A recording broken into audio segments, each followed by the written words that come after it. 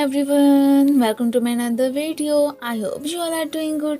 तो आज मैं जिस ड्रामे की एक्सप्लेनेशन करने वाली हूँ उसका नाम है लवली स्टील। आई होप आप लोगों को पसंद आएगा। ये स्टोरी एक स्पेशल एजेंट और रिपोर्टर गर्ल की ही है।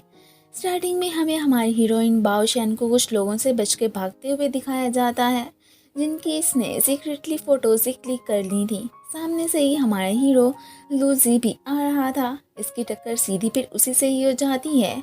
सो अब बाओ शैन कुछ और नहीं सोचता तो वो इससे इसकी फेवर मांग के फिर यहाँ पे उन लोगों से बचने के लिए से किस्से कर लेती है। सो अब वो फिर इन्हें कपल समझ के इग्नोर करते वहाँ से चलते बनते हैं। इसका स्टफ जो कि नीचे गिर चुका था, अब उसे उठाते वक्त शैन इसके हैंड पे बहते ब्लड को देख के एकदम सरप्राइज रह जाती है कि ये इसे कैसे आया। ये तो खैर फिर वहाँ से जाने ही लगा था। अपनी फेवर करने पे शैन पीछे से थैंक्स कहती है। अब चौंके उसे लूजी से फर्स्ट साइट लव हो चुका था तो वो ऐसे कैसे उसका पीछा छोड़ती। उसके पीछे छोड़े जाने वाले कार्ड से एड्रेस वगैरह का पूछ के वो उसे मेडिसिन के साथ साथ लेटर भी भेजती है, जिसमें उसने वो फ़ोटो भी सेंड की थी जो कि उस वक्त उसने जल्दी में क्लिक कर ली थी। ये उनकी पहली फ़ोटो होती है। खैर ये सब तो एक तरफ, वो खुद भी इससे मिलने यहाँ पे पहुँच आई थी। आते ही लूजी से अपनी फीलिंग्स भी कन्फेस कर लेती है और ये भी कि क्यों ना हम अपने रिलेशनशिप को आगे बढ़ाएं, पर वो उसकी बातों का कोई ख़ास जवाब नहीं देता। एक तरह से कहूँ तो बिल्कुल रूड किस्म का बंदा है। वो जब इसे गाड़ी से बचाने की कोशिश करता है तब तो दोनों ही यहाँ पे काफ़ी ज़्यादा नर्वस हो गए थे, इसलिए फ़ौरन से साइड पे भी हो जाते हैं। इसने तो लूसी को अपनी बर्थडे का बता के कल एक प्लेस पे भी आने का कह दिया था कि मैं वहाँ पे तुम्हारा वेट करूँगी, अगर तुम आ गए तो फिर मैं यही समझूंगी कि मेरी तरह तुम भी मुझसे लव करते हो। ये कह के वो तो अब फिर वहाँ से चली जाती है। अगले सीन में फिर हमें शैन को लूसी का वेट करते ही दिखाया जाता है। हालांकि काफ़ी स्नोफॉल हो रही थी फिर भी वो वहीं पे ही खड़ी होती है। थोड़ी देर के बाद जैसे ही ये वहाँ पे पहुँचता है उसे ना देख के अब तो अपसेट ही हो गया था कि इसका मतलब वो वहाँ से चली गई है। पर तभी ऊपर से छाता लेके शैन आ ही जाती है। वो शॉक। खैर यहाँ पे इससे यही पूछने लगा था कि तुम मुझसे आखिर ऐसे कैसे लव कर सकती हो सकता है जैसा तुम मुझे समझ रही हो मैं ऐसा ना हूँ बल्कि एक नंबर का झूठा हूँ। तो खैर इन सब बातों का शैन पे तो कोई असर नहीं होता। वो कहते हैं ना कि लव बिल्कुल ब्लाइंड होता है। अगला बंदा जैसा भी हो हमें उसे खूबियों और खामियों समेत ही कबूल करना होता है। मैं वो उसे यही कहने लगी थी कि तुम चाहे जो भी हो मुझे पसंद हो। अब जल्दी में वो इसके लिए कोई भी गिफ्ट प्रिपेयर नहीं कर पाया था, सो लाइटर ही ऑन करके उसे ब्लो करने को कहता है। ये भी कर ही देती है और बस यहाँ पे दोनों ही खुश। इस शॉर्ट सी मुलाकात में दोनों एक दूसरे के लव में वाकई में बहुत आगे तक चले गए थे। आहिस्ता आहिस्ता इनके बीच की दूरियां भी ख़त्म होने लगती हैं। इसके साथ टाइम स्पेंड करके शैन तो बहुत ही ज़्यादा हैप्पी थी, मानो उसे अपनी लाइफ की सारी खुशियाँ मिल गई हों। वेल अब तो दोनों मिलकर शादी करने का भी डिसाइड कर चुके होते हैं, जो कि वो तो स्पेशली अगले दिन ही करने वाले थे। ये रेडी होके खड़ी ही थी कि तभी उसका फ्रेंड आके से बताता है कि लूजी की गाड़ी का एक्सीडेंट हो गया है और उसकी फैमिली दोस्तों का जो भी पुलिस ने पता करवाया है वो सब फेक था। ये बहुत ही परेशान हो जाती है कि ऐसे कैसे हो सकता है। यहाँ से भाग के घर जाते हुए रास्ते में बेचारी बुरी तरह गिर भी जाती है, लेकिन अभी उसे अपनी कोई परवाह ही नहीं थी। आगे से रूम में से लूजी का सारा सामान ही गायब था। ये देख के उसे तो एक और शॉक लगता है, इवन के उसके साथ ली गई फ़ोटोज़ भी वहाँ पे नहीं थी। अब तो ये फिर इमोशनल हो जाती है कि ये ऐसे कैसे हो गया। अब उस इंसिडेंट को बीते 5 साल गुजर चुके थे। शैन अब बहुत ही फेमस जर्नलिस्ट भी बन चुकी होती है। आज इस सिटी में वो एक बार में अपने काम से ही आई थी। ऐसे समझो काम तो बस लूजी की यादों को भुलाने का एक बहाना था। वो माफिया के लोगों को ड्रिंक पीने का कह के एविडेंसेस इकट्ठे करने लगती है। तभी ऊपर से वो लेडी भी आ चुकी थी जिसका इसने बैग चुराया था। ये सभी अब उसके पीछे ही पड़ जाते हैं। उन्हें इस पे शक हो गया था। आज भी बचने के लिए वो एक पर्सन का सहारा लेने का सोचती है, पर आगे से लूजी की ही शक्ल वाले हैंडसम से बॉय को देख के एकदम शॉक ही रह जाती है। यूँ मानो कि जैसे उसके सारे गम फिर से ताज़ा हो गए हों। वो भी सिचुएशन को जानते हुए शैन को अपनी तरफ करके किस कर लेता है। अब यहाँ सभी उसे मास्टर शाओ के नाम से ही जानते हैं, सो उन्हें डिस्टर्ब करने का सोचते ही नहीं कि लगता है आज वो किसी और लड़की के साथ है। ये उसे लेके बाहर ही आ गया था। अब शैन उसे हक कर लेती है कि लूसी, तुम इतने अरसे से कहाँ पे थे? मैं जानती हूँ तुम मरे नहीं, बल्कि तुम्हारी बस याददाश्त ही चली गई होनी है। पर ये उससे कहता है कि कैसी बातें कर रही हो, कौन लूसी? मैं तो शाओ हूँ। पर तभी कुछ गर्ल्स इसे शाओ शाओ पुकारती भी आ ही जाती हैं। ये साहब तो एक नंबर के प्ले बॉय थे, सो उनके साथ वहाँ से चले जाते हैं। ये हैरान कि ऐसे कैसे हो सकता है, ज़रूर यही लूजी ही है। बस ये अपनी सारी मेमोरीज़ को भूल चुका है। इसने अपने एक फ्रेंड से कहकर शाओ का पता चला लिया था। अब यहाँ पे उसे मालूम हो जाता है कि वो तो एक बहुत ही बड़ा बिजनेसमैन है, और साथ ही साथ शाओ फैमिली का यंग मास्टर भी, जो कि अब्रॉड से अभी अभी ही वापस आया है। स्पेशली एक नंबर का प्ले बॉय है। इसे यकीन नहीं आता। अगले दिन जैसे ही मेड बन के उसके घर जाने लगती है, असिस्टेंट साहब इसे पकड़ लेते हैं कि हाँ जी मैडम, आप कहाँ पे जा रही हैं? इसी दौरान शाओ साहब तो फिर वहाँ से निकलने ही लगे थे। ये अब फिर टैक्सी में ही बैठ के उसे फॉलो करने लगती है कि आज तो मैं पता चला के ही रहूँगी कि ये शाओ है या लूजी। इतनी भाग दौड़ के बाद जैसे ही आगे आके देखती है तो सामने से उसका असिस्टेंट ही बैठा था। ये तो एकदम शॉक रह जाती है कि हमेशा मेरे साथ ही ऐसा क्यों होता है। वही तो गाड़ी में उस वक्त बैठा था, पर अब ये कैसे आ गया? अब बाद में वो सोचने लगता है कि अब तो पक्का ये बाहर बारिश हो रही है, तो ज़रूर मास्टर आपकी लवर वहाँ से चली गई होगी। पर सामने से उसे बारिश में भीगता देख के हैरान के वाओ, ये कितनी डिटरमाइन है, पहली वाली लड़कियों से बिल्कुल डिफरेंट। शाओ ने इसे डिनर लेने के लिए वहाँ से जाने का कह दिया था, और खुद वो छाता लेके इसके पास ही पहुँच आया होता है, और फिर पकड़ के इसे अंदर ही लेके जाने लगा था कि तुम इधर मेरा इंटरव्यू लेने आई हो क्या? क्यों ना इंटरव्यू लेने से पहले कुछ कर लिया जाए, तुम मुझे जानो और मैं तुम्हें। फ्लर्टी तो वो था ही सही। ये उसके क्लोज ही आई जा रहा होता है। वो थोड़ी सी यहाँ पे घबरा जाती है और इससे पूछने लगी थी कि तुम लूजी ही हो ना? मुझे पता है। पर वो ऐसे रिएक्ट करता है कि जैसे उसने ये नाम भी पहली दफ़ा सुना हो। उसे मिल्क उठाते देख के ये रोकने लगती है, क्योंकि वो जानती थी कि लूजी को तो फिर इससे एलर्जी ही है। पर ये तो आराम से इसके सामने वो पी जाता है। अब ये उसके शोल्डर पे फिर बर्थ मार्क ही देखने लगती है, जो कि उसने लूसी के ऊपर पहले देखा था। अब वहाँ पे भी कुछ नहीं होता। ये हैरान। अब ये साहब तो उससे बदतमीजी करने की कोई भी कसर नहीं छोड़ते। तो आप गुस्सा के वाकई में तुम लूसी जैसे बिल्कुल नहीं हो सकते। शक्लें चाहे मिलती हों, पर किरदार बिल्कुल डिफरेंट है। उसके जाते ही पीछे से फिर शाओ की हालत ख़राब होने लगती है। ये असल मिल्क के पीने का ही था। अब यहीं पे फिर हमें पता चलता है कि एक्चुअली में यही तो लूजी है। वो इसी के साथ ही फिर अपनी पास्ट की मेमोरीज में भी खो गया था। फिर हमें ये भी दिखाया जाता है कि वो एक स्पेशल एजेंट है। इसी वजह से उसे फिर अपने मिशन के साथ साथ नाम, बायोडाटा सब कुछ ही चेंज करना पड़ता है। तब भी वो फिर एक मिशन के हवाले से ही ईशान की प्लेस पे गया था। तभी काम ख़त्म करके जाते वक्त उससे अचानक इसकी मुलाकात हो गई। सिर्फ शैन को ही नहीं, बल्कि इसे भी उससे लव हो ही गया था। अब बाद में जब उसने इसे अपनी बर्थडे में आने का कहा था, तो तब वो इसकी फ़िक्र करते हुए फ़ौरन से फिर वहाँ से उसके पास चला गया था। पर अब वेडिंग के दिन जैसे ही ये फिर रेडी होके वहाँ पे जाने लगा, तो इसके सीनियर ने आके उसे बुरी खबर सुनाई थी। वही इसका सीनियर इसे यही बैड न्यूज़ देता है कि तुम्हारे लिए नेक्स्ट मिशन पे जाने का ऑर्डर आया है, जो कि शायद तुम्हारा लास्ट मिशन भी होने वाला है। ये सुन के अब तो वो फिर गुस्सा के, आपको पता है आज मेरी शादी है, फिर भी ऐसी बातें कर रहे हैं। अब जाहिर है वो अपने से तो कुछ थोड़ी ही ना कह रहे थे।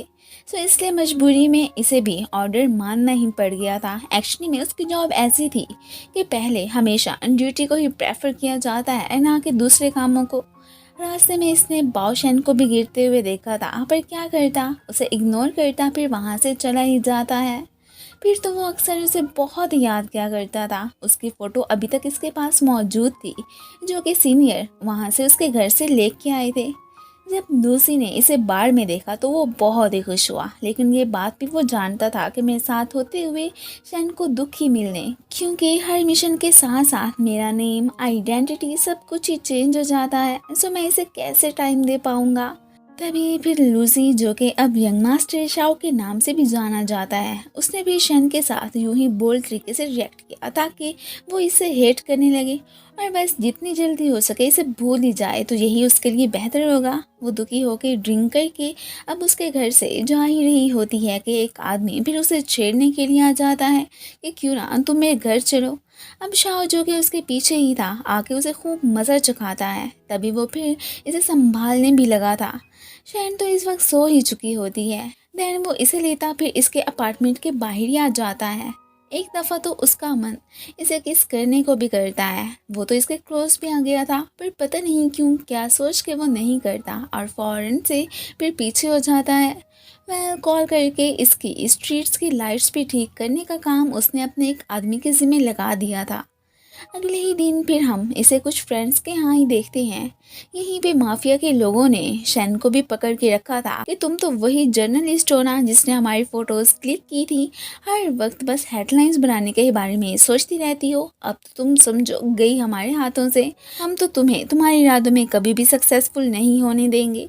उनकी आवाज़ें सुन के एक बंदा शाओ को फिर शैन के बारे में ही बता रहा होता है कि वो रिपोर्टर आज माफिया के हाथों लग गई है। अब भला वो कैसे चुप करके बैठ सकता था, उनके पास ही जाने लगता है। इसने तो उन साहब को खुद को छोड़ने का कह दिया था कि तुम्हें पता भी है कि मैं मास्टर शाओ की गर्लफ्रेंड हूँ।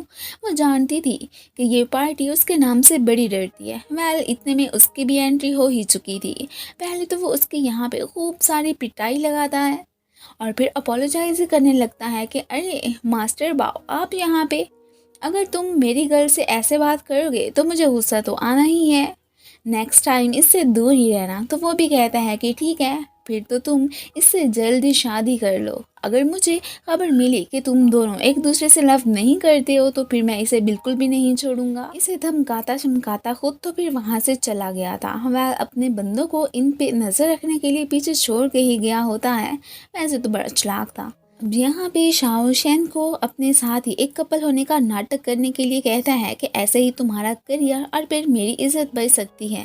साथ में मन में सोचने भी लगा था कि ये कैसी लड़की है, अपने करियर को ज़्यादा इम्पोर्टेंस दे रही है, वरना इसकी जान को भी तो खतरा है। मैं जानता हूँ ऊपर से जितनी ब्रेव दिखती है ना, मन से उतनी ही डरी हुई है। वो भी फिर यहाँ पे इससे फ्लर्ट जानबूझ के ही करने लगी थी। तभी छोटा सा एक माइक भी उसकी पॉकेट में डाल देती और उसे खबर भी नहीं होने देती। इन दोनों को तो असिस्टेंट ने पकड़ के वहाँ से निकाल दिया था कि तुम लोगों का यहाँ पे क्या काम, चलो भागो यहाँ से। अब वो आगे से खुद इनको साथ में देख के एकदम शॉक ही रह जाता है कि अरे बॉस, आप इसके साथ। अपनी हेल्प करने पे शैन तो फिर शाओ को थैंक्स कहती वहाँ से चली जाती है। बाहर आ गई वो फिर अपनी सांस निकालती है कि अब पता चलेगा मिस्टर शाओ को कि तुम कौन सा लीगल बिजनेस कर रहे हो। अब उनकी सारी बातें ये तो फिर इजीली सुन पा रही थी, ये जाने बिना कि इसके माइक डालने का शाओ को तो मालूम हो चुका था। सो वो जानबूझ के ही इसके लिए एक ट्रैप बिछाता है। वो दोनों ऐसी सी बातें करने लगे थे जिससे इसे तो यकीन ही हो जाता है कि ज़रूर ये कोई क्राइम करने वाले हैं। अगले सीन में वो एक डील करने के लिए कुछ लोगों के पास ही पहुंच आए थे, जो शक्ल से बिल्कुल बदमाश ही लग रहा था। जैसे ही शैन का फ्रेंड इनकी फोटोज क्लिक करता है, फ्लैश लाइट से उन्हें इनका पता चल गया था। सो ये तो अब यहाँ पे पकड़े ही जाते हैं। शैन ज़रा भी कंफ्यूज नहीं होती और साथ में इन्हें ये भी कह के धमकाने लगी थी कि अभी प्लीज़ तुम लोगों को पकड़ने के लिए आती ही होगी। आखिर इधर जल क्या रहा था। अब फिर बॉक्स में से स्टफ टॉयज देख के सरप्राइज रह जाती है। खैर, पाउडर पे नज़र पड़ते ही अब फिर उसे कुछ उम्मीद नज़र आती है कि अब तो ये पकड़े ही जाएंगे, पर वो तो मिल्क पाउडर था। अब फिर ये उसे बताने लगता है कि हम तो बस इन टॉयज़ का स्टफ ही यहाँ पे लेने आए थे, जो कि इम्पोर्ट करवाया गया है। ये तुम आप घर ही लेके जा सकती हो, मुझे नहीं चाहिए। ये सब कह के वो तो शरारती से स्माइल करता फिर वहाँ से चलता बनता है। अब फिर हमें दिखाया जाता है कि जैसे ही उसे पता चला था कि शैन को तो ये स्टफ टॉयज बहुत ही ज़्यादा पसंद है, उसने न्यूज़ में इनके बारे में पढ़ा था और साथ में मन में ये भी सोचने लगी थी कि ये तो बहुत ही एक्सपेंसिव है, मैं कैसे ख़रीद पाऊँगी। तभी फिर इसने डिसाइड कर लिया था। अब फिर इसने अपने असिस्टेंट को वही टॉयज़ यहाँ पे लाने का ऑर्डर दे दिया था। अब फाइनली उसका तो मिशन कंप्लीट हुआ। ये भी फिर उन सभी को ही अपने साथ लेके वहाँ से जाने लगती है कि चलो शाओ बुरा सही पर ये सब तो कितने क्यूट है ना, सो मैं इन्हें अपने घर ही लेके जाऊंगी। इसे पीछे से ऐसे ही हंसते मुस्कुराते देख के शाओ तो बहुत ही रिलीफ फील करता है कि बस हमेशा ये ऐसे ही मेरे बगैर हैप्पी ही रहे। अगले सीन में ये एक पर्सन का इंटरव्यू लेने पहुंची हुई थी। इसे स्ट्रेंजर के साथ देख के शाओ जेलिस वो असिस्टेंट के साथ एक काम के सिलसिले में इधर ही आया था। इन्हें तो बार बार डिस्टर्ब भी किए जा रहा होता है, इवन कि उन्हें ड्रिंक भी नहीं पीने देता। शैन तो इस बात से बहुत ही चिढ़ती है कि आखिर तुम्हें मसला क्या है, जहाँ पे भी जाऊँ तुम बस मेरे पीछे पीछे ही आ जाते हो। वो तो फिर इसे इग्नोर करते हुए मुसलसल इन साहब को तंगी किए जा रहा था। बाकायदा फिर ड्रिंक भी लेके आ जाता है, ये मेरी तरफ से अपोलोजाइज है। वो भी चुप करके यहाँ पे वही वाली ड्रिंक फिर पी लेता है। शैन तो उसे लेती फिर बाहर ही जाने लगी थी कि अब हमें इस पे ज़्यादा तवज्जो देने की ज़रूरत नहीं है। ये फिर उसे रोक लेता है कि तुम जाके मेरे रूम में मेरा वेट करो, वहीं पे ही मैं तुम्हें इंटरव्यू दूंगा। मैं अभी बस वॉशरूम के लिए ही जा रहा हूँ। उसके जाते ही किसी और पर्सन ने शैन को यहाँ पे पकड़ ही लिया था। शैन को किसी और ने नहीं बल्कि शाओ ने ही पकड़ा था और वो उसे चुप करके यहाँ पे उस पर्सन की बातें सुनने के लिए ही कहने लगता है कि तुम मुझे गलत समझ रही थी ना, अब सुनो। वो माफिया का ही बंदा था जो कि अगले पर्सन से यही कह रहा था कि हमारा वाइन वाला प्लान तो शाओ मोचन की वजह से फ्लॉप हो गया, बट हाँ मैंने उसे अपने रूम में जाने का कह दिया है, तो तुम लोग वहाँ जाके उसे पकड़ लेना। ये फिर उसे बताता है कि मुझे इस पे शक हो गया था कि उसने तुम्हारी ड्रिंक में कुछ मिलाया, तभी वहाँ जाके मैंने तुम्हारा ग्लास उससे एक्सचेंज कर लिया। अब तक तो उसकी हालत ख़राब भी हो चुकी होनी। बिल्कुल वैसा ही होता है, वो अपने रूम में बैठा हॉट हॉट ही किए जा रहा था। ये तो जल्दी से आके यहाँ पे हेडलाइंस के लिए उसकी फ़ोटोज़ ही क्लिक कर लेती है एंड देन इसके अपने आदमियों को बुलाने तक वो तो फिर वहाँ से भाग ही जाते हैं। बाहर आके वो उसे घर ड्रॉप करने की बात करने लगा था, अब इतनी हेल्प की है तो वहाँ भी मैं तुम्हें छोड़ ही देता हूँ, पर वो आगे से मना कर देती है। पर ये कहाँ हार मानने वाला था, उसे बार बार यही कहता है कि कोई नहीं मैं तुम्हें ड्रॉप कर ही देता हूँ। वो भी फिर हार मान के से यही कहती है कि ठीक है लेकिन तुम मुझे घर के बजाय कहीं और ही छोड़ दो। अगले सीन में वो एक ब्रिज के पास ही आ चुके थे। ये तो वहाँ पे ज़ोर ज़ोर से लूसी का नेम ही पुकारने लगती है कि तुम कैसे हो गए, मैं ये जानना चाहती हूँ। ये सुन के शाओ सरप्राइज कि ये लड़की अभी तक आखिर लूसी को भूल क्यों नहीं पाई है। ये तो यहाँ पे इमोशनल होकर उसके साथ बिताए पलों को याद करने लगी थी कि आखिर तुम अब वापस क्यों नहीं आ सकते हो। वो इसे खुद को लूजी समझने के लिए कहता है कि तुमने खुद ही तो कहा था कि मेरी शक्ल उससे मिलती है, आज मेरा काफ़ी अच्छा मूड है, सो तुम मुझे अपना फियांसी समझ के हक भी कर सकती हो, मैं तुम्हें कुछ नहीं करूँगा। पर वो नहीं करती कि लूसी की जगह कोई और नहीं ले सकता, और हाँ बस वही मेरे दिल में है। ये तो फिर भी पकड़ के उसे हक कर लेता है कि आज जो मैंने तुम्हारी इतनी फेवर की है ये रिवार्ड तो फिर मैं डिज़र्व भी करता हूँ। वो भी फिर पीछे नहीं होती, बेचारा बहुत ही तकलीफ़ में था कि इसे लव करते हुए भी मैं एक्सप्रेस नहीं कर पा रहा। अगले दिन फिर एक क्लाउन आके शैन को गुड न्यूज़ देता है कि आज तुम्हारा बहुत ही लकी डे है, और ये भी साथ ही साथ वो उसे एक आइलैंड की टिकट भी देने लगा था कि तुम हमारे लकी कस्टमर्स में से भी एक ही हो। वो तो अब फिर बहुत ही खुश हो जाती है, बट एक्चुअली में ये शाओ का ही सीनियर था और उसी के कहने पे ही उसने शैन को वो सब कुछ दिया। साथ में हैरान भी कि तुम इतना खर्चा आखिर एक लड़की पे ऐसे कैसे कर सकते हो। उसे तो कोई परवाह नहीं थी कि अगर शैन इस सब से खुश होती है तो मैं फिर उस पर आखिर पैसे क्यों ना लुटाऊं। ये आइलैंड पहुंच आई थी और साथ ही साथ लूसी के बारे में भी सोचने लगती है कि मेरा तो यहाँ उसी के साथ ही आने का ड्रीम था, पर वो तो अब है ही नहीं। खैर अभी माफिया के आदमियों को यहाँ पे देख के वो तो एकदम सरप्राइज रह जाती है कि ज़रूर ये लोग इधर कोई खिचड़ी पका रहे होंगे, और फिर उन्हें फॉलो ही करने लगी थी। इसी दौरान वो इसे पकड़ लेते हैं और इसके बाद बॉस के कहने पे वो तो फिर आज इसका काम तमाम ही करने वाले थे कि ये ना रहेगी और ना ही कोई हमारे खिलाफ कुछ कर पाएगा। इसकी किडनैपिंग का शाओ को भी पता चल जाता है। वो तो बहुत ही ज़्यादा परेशान हो गया था कि ओह नो अब मैं क्या करूं, और जल्दी से फिर उसकी हेल्प करने के लिए वहाँ पे पहुँच जाता। शुक्र है टाइम पे पहुँचता है। वो तो इन्हें फिर खूब सारा मज़ा भी चखाता है, साथ ही साथ गिल्टी भी फील करने लगा था कि काश मैंने इसे यहाँ पे भेजा ही ना होता। आखिर ऐसा क्यों है कि जिस पर्सन से मैं इतना लव करता हूँ उसी को ही हर्ट कर रहा हूँ कि ये मुझसे दूर हो जाए। वो कभी ऐसा तो नहीं चाहता था। एक वाहिद यही लड़की थी जिसे वो प्रोटेक्ट भी करना चाहता था और हर्ट करके उससे दूर भी। ये सोच सोच के वो तो यहाँ पे इमोशनली हो जाता है। और ये तो सोते हुए लूसी को ही बुलाने लगी थी, जो कि ऑब्वियसली सी बात है, उसके पास ही बैठा होता है। वो तो यहाँ पे उसे ये भी बताने ही लगा था कि एक्चुअली मैं शाओ मुझे नहीं बल्कि लूसी ही हूँ। और ये तो सो रही थी, इसे किस बात की टेंशन। अब जब तक वो उठती है तब तक वो वहाँ से जा चुका था। इसे बाकी कुछ तो याद नहीं था, बस इतना ही रिमेम्बर कर पा रही होती है कि किसी ने मेरी जान बचाई थी। उसकी शर्ट का बटन अभी भी इसके पास ही था, जो कि गलती से तब इसने तोड़ लिया था। ये अब यही सोचने लगती है कि शायद शाओ मुझे नहीं लूजी है।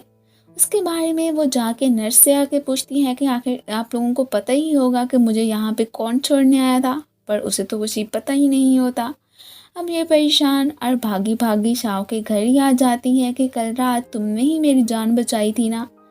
वो तो फिर यहाँ पे कहता है कि कैसी बातें कर रही हो, मैंने क्यों आखिर तुम्हारी जान बचानी, वो भी तुम जैसी लड़की की।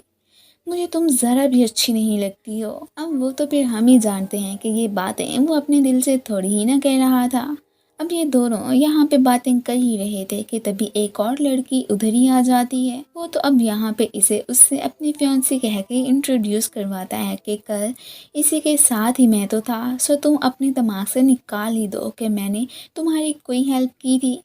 उसी के सामने इसे तो किस करने को प्रिटेंड भी करने लगा था। ये देख के अब तो इसे तो यकीन ही हो जाता है कि मैं ही बेवकूफ़ हूँ जो अब फिर से लूजी समझ बैठी इसे। ये तो बिल्कुल भी उस जैसा नहीं हो सकता। ये कहते ही वो तो फिर वहाँ से चली जाती है। अब उसके जाते ही वो फिर इसे खुद से दूर ही कर देता है। अगले सीन में इसी की फियांसी के कहने पे वो इन दोनों का इंटरव्यू लेने पहुंच आई थी। ये उसे बड़ा पॉइंट आउट करती है। अब वो भी कहाँ चुप रहने वाली थी, जब इसे आगे से इसे इसी की टक्कर का ही जवाब देती है तो अब इस मैडम की शक्ल फिर देखने वाली होती है। ये देख के शैन तो फिर यहाँ पे स्माइल ही करने लगी थी। अब इससे पहले कि ये उसके ऊपर ड्रिंक गिराती, शाह उसे हिट करता है जिसकी वजह से वो उसके ऊपर ही गिर जाती है। ये तो खैर अब फिर इंटरव्यू लेने के बाद वहाँ से जाने ही लगी थी। तभी शाओ मुचेन कुछ कहने के लिए जैसे ही अपनी गर्लफ्रेंड के क्लोज आता है, तब तो ये देख के ये बहुत ही ज़्यादा जेलिस फील करने लगती है और फिर सोचने भी लगी थी कि मैं ऐसा क्यों सोच रही हूँ। ये लूसी नहीं बल्कि शाओ है, मुझे इसके बारे में बिल्कुल भी नहीं सोचना।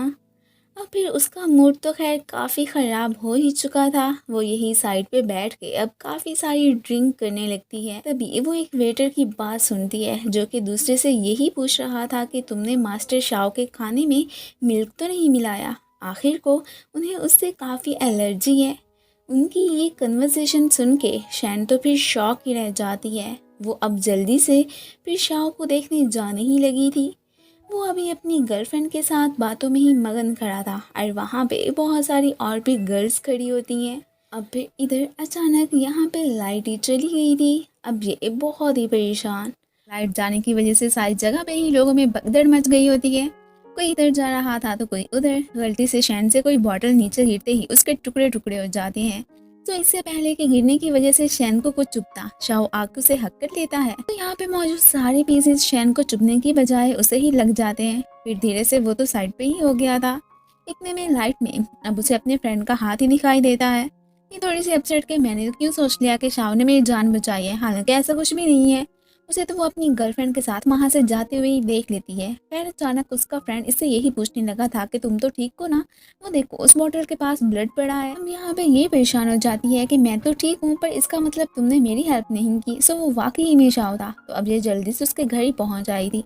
वहाँ अपनी फेवरेट बुक्स का ढेर लगा देख के शौक के मैंने तो इनकी कलेक्शन का जस्ट लूजी को ही बताया था। असो शाओ के पास ये क्या कर रही हैं? ओह तो यही जनाब वही हैं। अब इसके सामने वो लूजी का ही जिक्र करने लगती है कि वो अगर जिंदा होता तो मेरी फिक्र करता वगैरह वगैरह। अब इसके एक्सप्रेशन से उसे और यकीन हो जाता है कि यही लूजी है। अब ये जितना छुपा ले मुझे तो पता चल चुका है। वो टेरेस पे जाके वहाँ से कूदने की ट्राई करने लगती है कि अगर लूजी यहाँ पे हो तो वो कभी भी मुझे यहाँ से गिरने नहीं देगा। ये तो अब फौरन से उसे गिरने से बचा लेता है। अब तो वो फिर स्माइल ही करने लगी थी कि अब आई ना लाइन पे। बाकी का इसकी बॉडी पे लगे स्कार को भी देख लेती है कि इसी ने मेरी हेल्प की थी।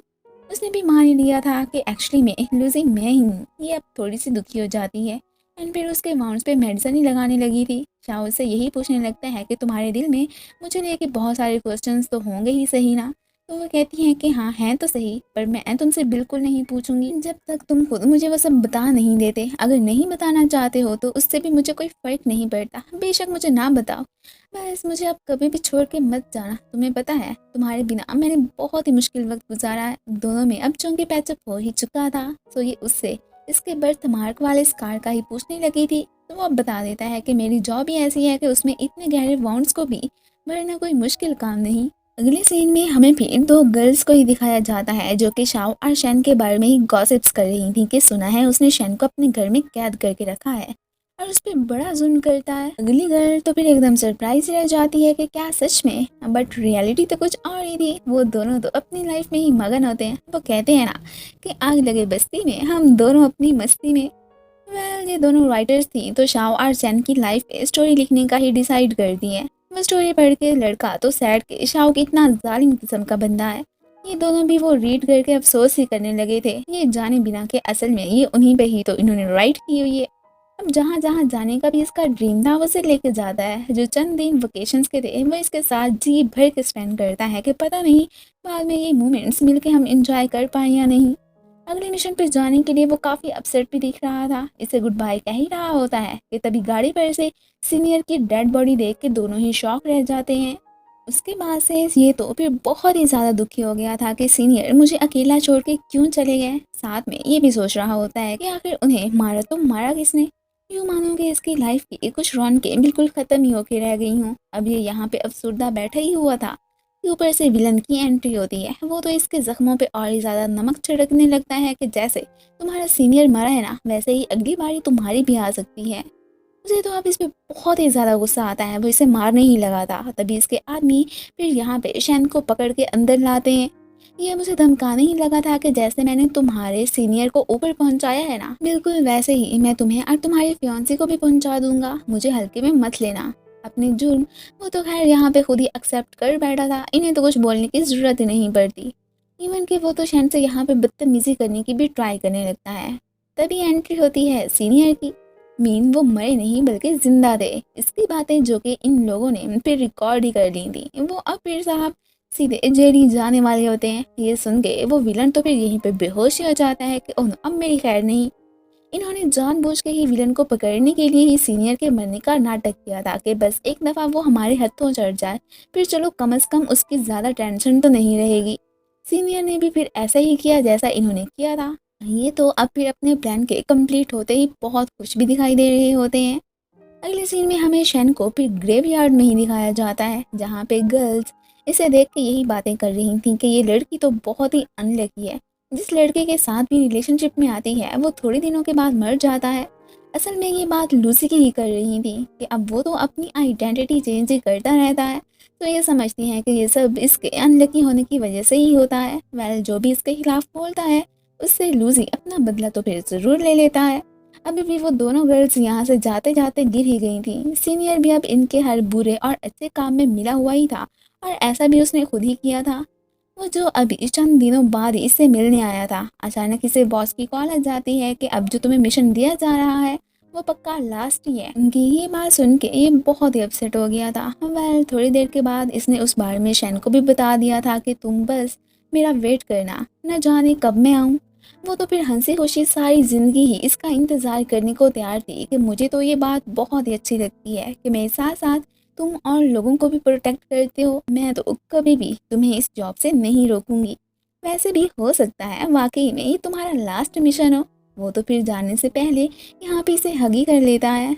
दोनों खैर अपसेट तो थे, पर ये मोमेंट अपने साथ बहुत ही इंजॉय करते हैं। इसके साथ ही ये सीन कट और आगे फिर हमें 3 साल बाद शैन को मॉम के कहने पे ब्लाइंड डेट पे ही बैठे हुए दिखाया जाता है। ये यहाँ पे अगले पर्सन को साफ कह देती है कि मैं ऑलरेडी ही किसी को पसंद करती हूँ, पर ये ठरकी साहब को तो इस बात से कोई फ़र्क ही नहीं पड़ता था कि तुम्हारा फिगर बहुत अच्छा है, यही मेरे लिए काफ़ी है। इस बात से शैन को तो गुस्सा ही आ जाता है कि मेरी तरफ से तुम तो भाड़ में जाओ, मैं कभी भी तुमसे रिलेशनशिप में ना हूँ। ये तो फिर उस पर गुस्सा करती वहाँ से जाने ही लगती है। अब ये साहब उसे रोकने की ट्राइयाँ ही करने लगे थे कि तभी किसी चीज़ से टकरा के वहीं पे ही गिर जाते हैं। एंड देन हमें पता चलता है कि इसे गिराने वाला कोई और नहीं बल्कि लूसी ही था। आज इसकी बर्थडे भी थी, सो ये बस फिर लूसी के आने का ही वेट कर रही होती है। और तभी अचानक जब इसकी नज़र विंडो के बाहर पड़ती है तो वहाँ पे लूसी को देख के ये तो बहुत ही ज़्यादा खुश हो गई थी और जल्दी से फिर उससे मिलने के लिए बाहर ही आ जाती है। उसकी बर्थडे का सबसे बड़ा सरप्राइज तो वो खुद ही था। अब की बार वो अपना लास्ट मिशन कंप्लीट करके ही यहाँ पे आया होता है। सो शेन तो बहुत ही ज़्यादा खुश होती है कि फाइनली हम नॉर्मल लोगों की तरह ही अब अपनी लाइफ गुजार पाएंगे। इसी के साथ ही अब इस ड्रामे की हैप्पी एंडिंग हो जाती है। Thanks for watching. So guys, आप लोगों को ये ड्रामा कैसा लगा मुझे कमेंट्स में ज़रूर बताइएगा। एंड अगर आप लोगों को मेरी वीडियो अच्छी लगती है तो प्लीज़ इसे लाइक शेयर एंड कमेंट भी कर दिया करें। साथ में इस चैनल को सब्सक्राइब करना मत भूलना। Thank you.